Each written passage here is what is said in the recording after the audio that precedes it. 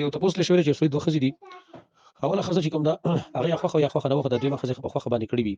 اوس هغه اوله ښځه خوښه دویمه ښځه نه خوښېږي، او د اوله ښځه چې کوم ده د هغې حق ادا کوي، د دویمه ښځې حق ادا کوي نه، او ډېر کارونه هم پرې کوي، ظلمونه هم پرې کوي، او ورته وایي چې ته زما نه خوښېږي، لهذا ستا په وجه الله ما نه رانیسي. نو په دې صورت کې دا سړی ګناهګار دی که نه دی ګناهګار؟ دا دویمه ښځه هغه ډېره تنګه ده. جواب دا دی چې بالکل به دې ګناهګار دی، او چې دی وایي ته زما خوښه نه یې، نو د هغې خو دا مطلب نه چې حق به یې نه ادا کوي. حق به ورله ښه ادا کوي چې د اولې ښځې کوم حقونه دي هغه به د دویمې ښځې هم وي، چې هغه د خرچېدې د هغه د بېتوتت دی، د شپې تېرولو دی، دا به کوي. او که چېرته وایي ته زما نه خوښېږي نو ځکه ما الله نه رانیسي، نو بیا خو د هغې دا طریقه نه ده، بیا د هغې طریقه دا ده چې پرېږدې. چې تا بیا الله نه رانیسي، نو الله دې بیا نه رانیسي، دې کله پرېږدې، بس طلاق یې کړه. چې طلاق یې کړه نو بس هله بل خاوند وکړي. لیکن چې په ښځوالي کې ساتلې ده او د هغې حق نه ادا کوي، نو دا ظلم دی، دا زیاتې دی. نو نبي صلی الله علیه وسلم فرمایي چې د چا دوه ښځې وي او یوې ته مایله شو، د یوې حق ادا کوي، د بلې نه ادا کوي. جاء یوم القیامة وشقه مایل.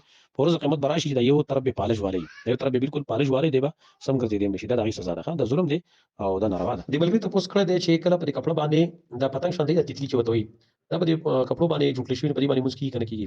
جواب دا دی چې کله په کپړه باندې د زیرو وحشي تصویر وي او هغه ښکاره تصویر معلومېږي، پای کې سر مې، پای کې سترګې مې، هر شی چې وي که نه، نو په هغې باندې لمونځ هغه کول مکروه دي، دا ناروا دي.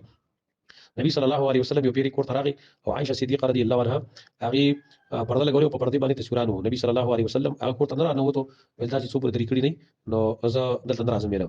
یو روایت کې راغلي دي نبی صلی الله علیه وسلم په مانځه باندې ولاړ وو او عام داسې په کپړه باندې رنګدار څه تصویرونه جوړ شوي وو، د عام دغه د حیواناتو نه علاوه نور عام تصویرونه پرې جوړ شوي وو، ګلونه پرې جوړ شوي وو. نبي صلی الله علیه وسلم سلام وګرځول، امیتي عنا قرامکې، زمانه دا تصویرونه چې کوم دي دا خپل لري کا، ځکه دې دا تصویرونه ماته بار بار په مانځ کې پیش کېدل. او دغه نبی صلی الله علیه وسلم فرمایي لا تدخل الملائکه بیتا فی کلب ولا صوره، ملائکه هغه کور ته نه داخليږي چې پای کې سپی او دغه تصویر پکې، نو لہذا په کومه کپړه چې تصویر نه هغه به ملائک څه ګوري کې ستاسو لپاره هغه به قبول شي، لہذا به دې باندې مسکو نه کوي. نو ملګری تاسو کړه دی چې دا یو اپ دی په موبایل کې، او پای کې به ته 10000 روپۍ مثال جمع کړي نو تعالی $100 درکې، بیا ته تغیو چې دا به نیمه غنټه نه خرڅې، نیمه غنټه بعد ورته چې خرڅې کړي، چې خرڅې کې پای به تعالی بیا $10 یا نور څه اضافي راځي. خدا په دې اندل کې چې دې چې د پیسې ستاسو غایب کی. جواب دار چې دا قسم کاروبار ناروا دی. وجه دا چې یو کم اموال چې غریب وي پای کې سود جاری کیږي، نو پای کې لاس په لاس والے شرط قبضه پرې کې شرط وي، او په دې انلاین کاروبارونو کې قبضه مرجع نه کوي، خو بل به اختیار کیږي قسم شي د ملګری ویل اجازه تعالی غیب کول شي. کوم شي چې ستاسو په قبضه کې ستاسو قبضه کې کېدل معنی چې په کوم ټیم کې به تر هغه شي راخلي، کوم ټیم کې به تاسو سودا اخلي هغه شي پی، او دا کوم قسم کاروبار چې د بده کې یو د غیب کېدو خطر هم ده، او دام ناروا دي پکې. بل دا چې بده کې سود معاملې هم کېدلی شي، دا چې ته $100 خرڅې څنګه ستاسو $10 نور راځي، دا په تاسو باندې خرڅ ته پورې خرڅ ته پسې دي خرڅ ته، نو کته دا $100 خرڅې او بیرته به تاسو $10 راځي، نو 100 په 110 باندې خرڅول شو، دا خو سود دی کنه.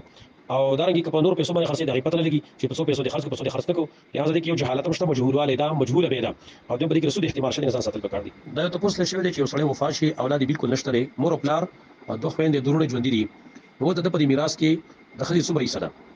جواب دا دی چې په دې صورت کې د خځې په میراث کې څلورمه حصہ ده.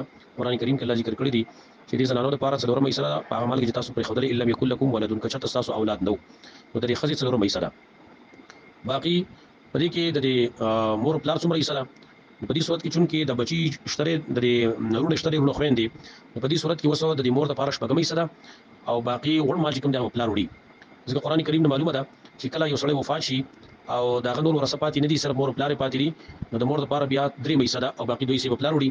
او چې کله د مړي وړو خويندې پاتې دي، نو بیا فلی امه سدس مور لپاره به شپږم حصہ ده، دارونه او خويندې د پلار په موجودګۍ کې د مال نشي وړلای، ښه په پلار باندې دا محجوب ګرځي، نو د خځې په څلورمه حصہ او باقي شپږم حصہ چې کوم نه هغه به مړي مور لور کړی شي، او باقي نو پنځمه حصہ چې کوم د غونډه 15 حصہ مال غونډ باقي چې کوم دی د پلار وي سي.